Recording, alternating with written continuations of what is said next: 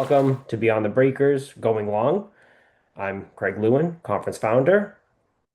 Most open water swimmers think about their training constantly, their yardage, their technique, their pacing, their gear. Very few of them think seriously about what they're putting in their body before, during, and after a long swim, and what it's costing them.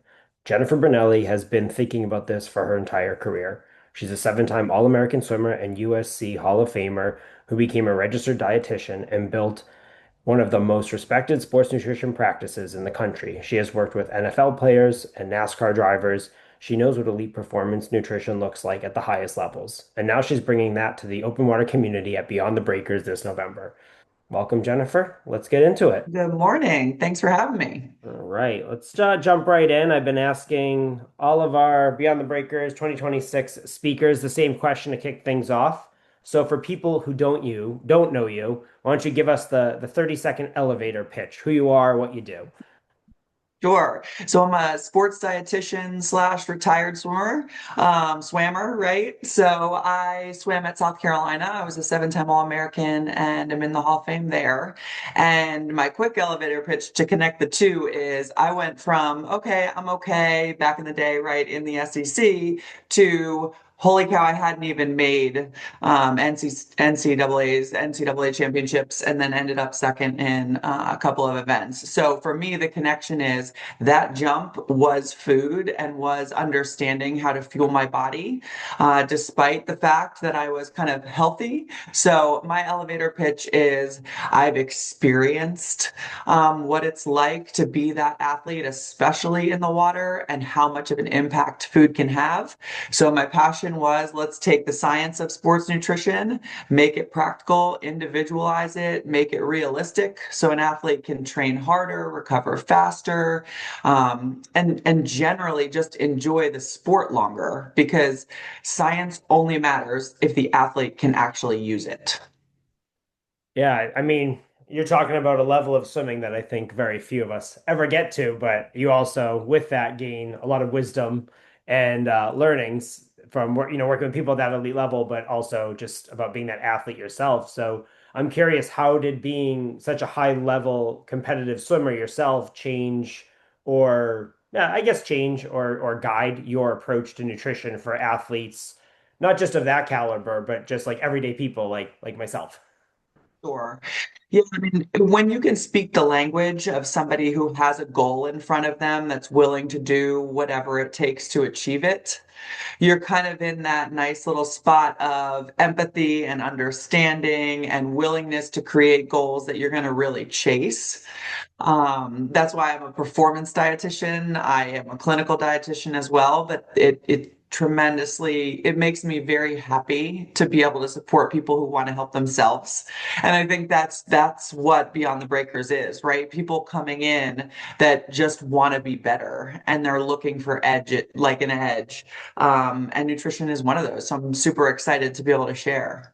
Yeah, absolutely. I mean, I think everyone that's attended the past 2 years, coming up on our third year, we're all coming from a different phase in our life, different part in our journey, but we're all, like you said, looking to just be a little bit better, feel a little bit better, perform a little bit better, make the career last as long as possible. And like I think nutrition, especially as I've gotten older, has been I'd say a game changer in all of that. Like testing different diets and how do I feel? How do I recover? What I did when I was 25 doesn't necessarily work when I'm 38, so or 39. So there's a lot of changes that happen, which I think you're likely planning to touch on a bit this November, I'm assuming. Absolutely. Yeah, the individualization that goes on is so important because we get to this place where even if I'm talking to an age group swimmer versus a professional swimmer that might be later in their career, and the age group swimmer knows what the pro swimmer is doing, that age group swimmer cannot mimic that. The base that's been built for that pro swimmer, the experience that's gone on, that kind of repetition. They're asking very different things of their bodies, and their bodies are coming from very different places. So while it's really fun for our age group swimmers to get a good understanding of what a high level swimmer is doing, that doesn't mean that they can replicate that and get the same success. I think that's a common pitfall for the I don't know, adult onset athlete is they look to the people who are the best in the sport, right? Triathlon, open water swimming, pool swimming, and they're like, oh, if I do that, I'll be the best in the sport. But these are people like in their 20s who all they do is train and recover, whereas all the people who are trying to mimic them, they have lives, they have families, they don't have the ability to train the way these athletes do or recover the way these athletes do. So that's definitely I don't know, I've seen that as a coach myself be like a major problem where I'm like, I appreciate what you're doing, but don't do that. That's the wrong approach. We have to tailor it to you and where you're at, not this freak of nature, who's got talent and hard work and everything going for them. So it's funny that and interesting that you say that because it does resonate, I think, with our audience very well.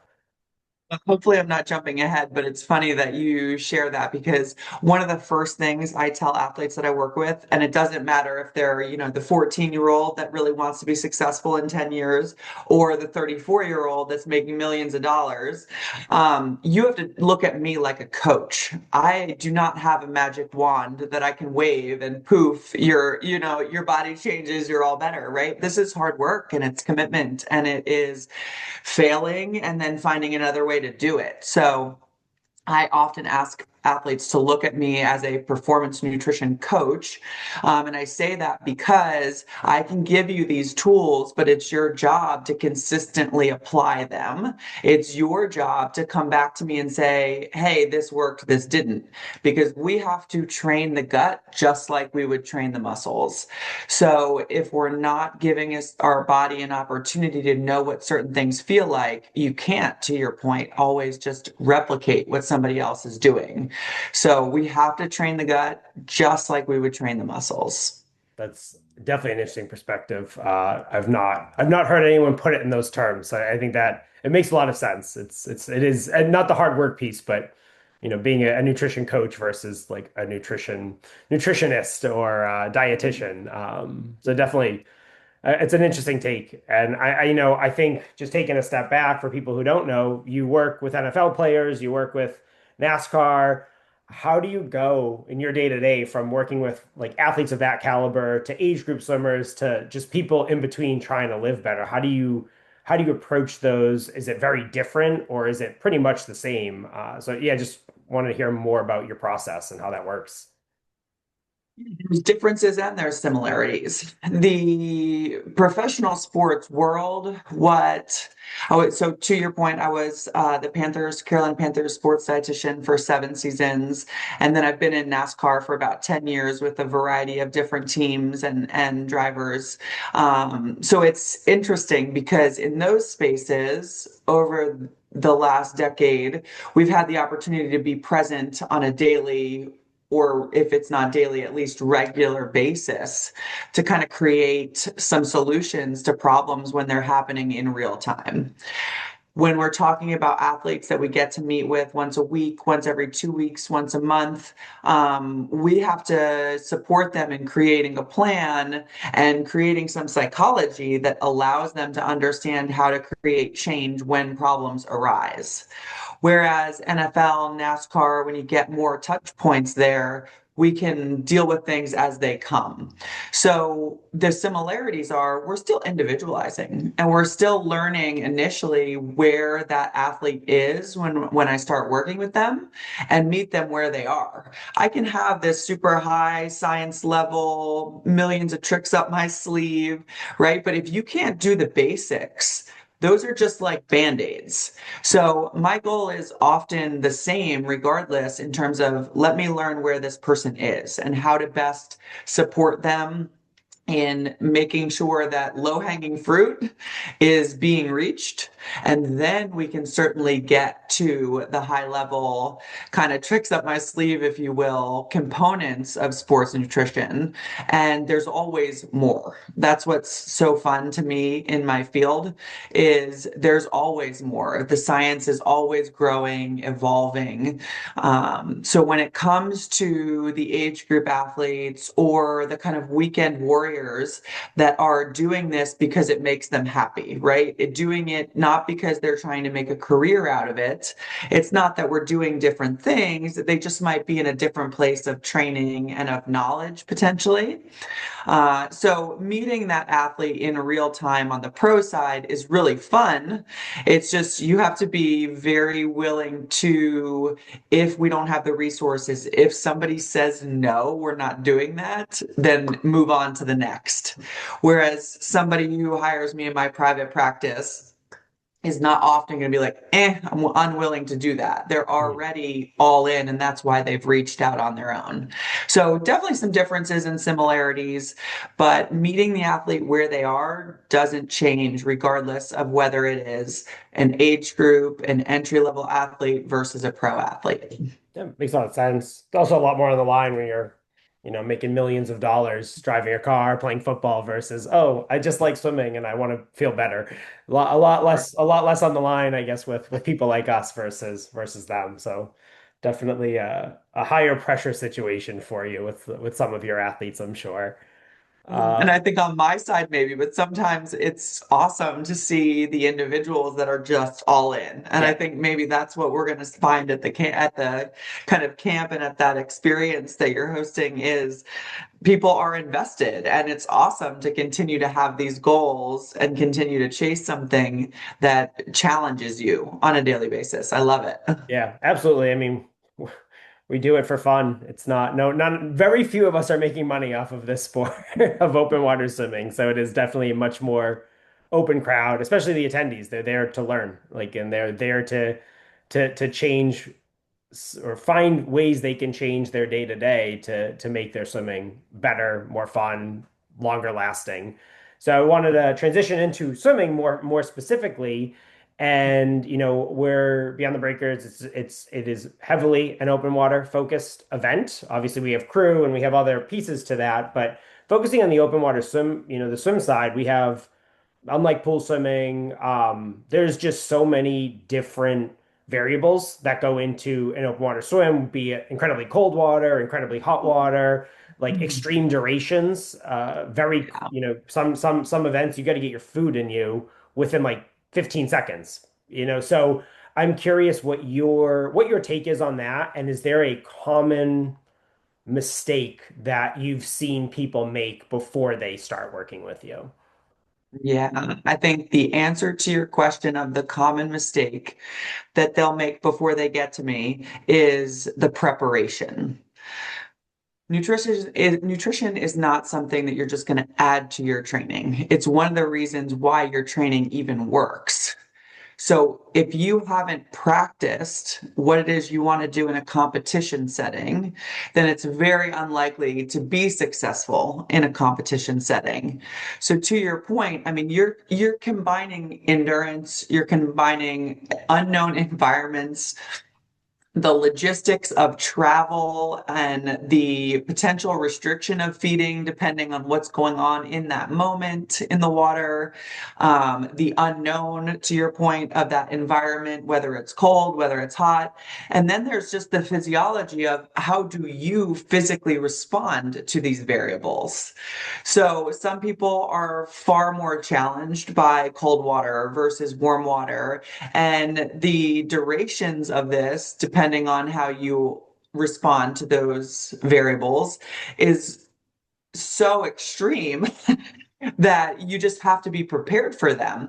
So making sure that we're training the gut, like we mentioned before, in different environments to know how you as an individual are going to respond is absolutely vital.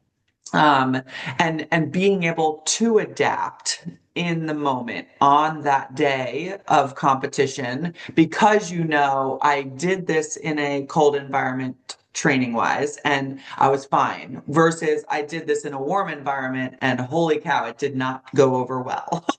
So we just have to make sure that that expectation in the racing environment you've actually trained for. I always joke with pool swimmers. A coach does not train you for the two fly and then randomly come up to you and say, guess what? You're not swimming that this weekend. It's 50 free, 50 back, 50 breast. Right? Like, so why would we anticipate being able to do that on the flip side from a nutritional perspective. So just making sure that we're prepared and we start the journey of understanding what nutrition looks like for you while training and having enough time to acknowledge this works, this doesn't, and not just, to your point, mimic what I've heard somebody else that's successful does becomes a huge part of why open water swimming nutrition has to be individualized, has to be practiced. It's one of those things that allows not only on day of to be successful, but to get more out of your day-to-day training leading up to that competition. Yeah, I mean those are all great points. I've seen those mistakes as well. That's why we do long swims. I always tell my athletes, we do long swims so you can like early on so you understand what you want to eat, how much you can eat, how are you feeling from it, and then we tweak from there. Not I don't give nutrition advice. It's more, well, if you're vomiting, it might be because of X, Y, and Z. So maybe we got to pull back on the calories, or maybe it's this, maybe it's that. So it is a lot of fine tuning. But then the day of the event, you also things happen and you have to be flexible. Say no, all right, well, in this moment, what do I have to do to adjust that is not super new, but it's better than what I'm going through in the moment. And I think someone like you with the background and the credentials are able to give, oh, here are things you, if you start vomiting, try X, Y, and Z things. Or if you start feeling kind of, swishy from all the liquid, let's try this instead. And I think you probably have a much larger toolbox given your background than a lot of just pure swim coaches out there who have like a basic understanding, but not that in depth. This is how we respond if this happens, and feel 90% confident that's right. Well, and of course, coaches are going to have experience because they're going to have watched, Right. right? Athletes do these things. So they often do have that anecdotal experience. One of the things that, and kind of 2 points come to mind there when you're talking. And one is carbs are not carbs, sugar is not sugar. There's a variety of different sugars. And if you flip over any of these kind of supplemental type products, then you're going to see, okay, is it fructose? Is it glucose? Is it maltodextrin, right? And everybody's GI can respond differently to that. So we need to get to a place where we do a little bit of a deeper dive on not only did this particular product not work for me. Like, okay, why? To your point, why didn't that work? Let's look at what's in it and determine, okay, that's the most likely reason why it was unsuccessful. So let's not go try another product that has exactly the same thing in it. Let's switch it up. So it's great to be able to acknowledge that there are ingredients that might not work. There are different artificial sweeteners that just give flavor to certain things that might not work, that are very high impactors on GI response. So that's one kind of component that comes to mind. I think the other piece of that that you spoke to is like, we have to be prepared for the potential worst case scenarios because we don't know what's going to happen on day of.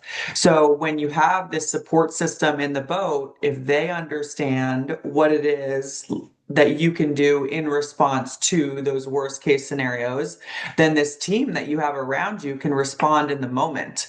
That's where the highest level success in an environment like what you all go through is going to live. Because if I'm in a pool, I don't have these variables, right? I'm going to get in, I'm going to do my 100, my 200. If it doesn't feel great, I'm going to get out. I'm going to have this extended period of time to respond to it. That just doesn't exist in the open water space. So we need to be prepared to respond in the moment and just have some of those other tools that if this happens, I do that. Amazing. Yeah. I mean, definitely you have far more insights to draw on. I think we have anecdotes like you said, but when you know the ingredients, you know how the carbs react to one another, it's a different level of, oh, we can solve this really easily versus a coach might say, yeah, something's wrong. I'm not 100% sure. It might be one of these things, which are to you probably massive like differences between what we're saying and, the actual reality, which is great. So I want to transition just in these last few questions. We're talking about water swimming now. We're going to an open water swim focused summit. What is your talk about? So I want to just get into, give us the high level. What is your presentation about? Who needs to be in the room, for your presentation. Aside from me, which I 100% need to be in the room for that. I'm very excited for it. Well, I appreciate you. I think anybody who wants to be better than they were yesterday, because there are so many tools that we're not exposed to. So I very much want to give a lot of knowledge around the fueling during in particular, because that does tend to need to be way more individualized than people realize. So I want to talk about the differences and how a variety of different sugars might impact the gut. And if you feel this, this might be why. And give some of those very individualized tools to go back to your own environment and apply. One of the biggest pieces for me is application.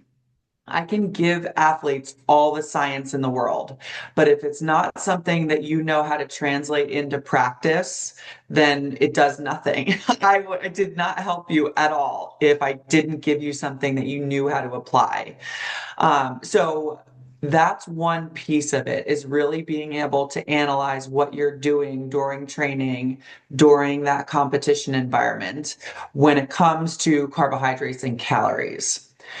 Another one I really heavily want to hit on is hydration and how the body utilizes fluids in combination with electrolytes and carbs, because those three components all work in conjunction with each other to support hydration. And if it's cold versus if it's warm, may or may not want to drink quite as much. So we need to think through and acknowledge that there's differences in want and there's differences in need. So how do we respond to that? You and I had also talked about, and I would love to do this in support of the athletes while we're there, the potential to analyze and individualize your sweat results and know what's going on. Every athlete does not lose the same. So I offer sweat tests for athletes where we can say, this is the number, this is the ounces of fluid per hour that you're losing, and this is the milligrams of sodium per hour that you're losing.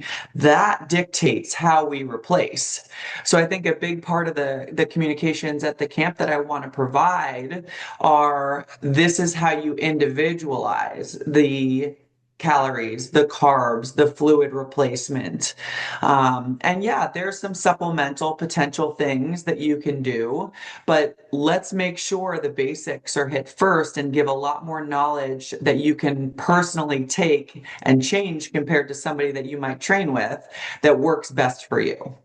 I think it is going to be incredibly impactful. I know I get emails from my athletes, calls from random people, like, how many electrolytes should I be taking in? I'm like, I don't know. Like, yeah, I don't know. I'm not a nutritionist. Like, I don't know the calculations. And so I think the hydration pieces and how many calories to take in and what should starting points be, I think it's going to be hugely impactful for newer, newer swimmers, but also the experienced ones as well. I don't think any of us believe what we do is perfect. It just works for us now, but it doesn't mean it couldn't be significantly better.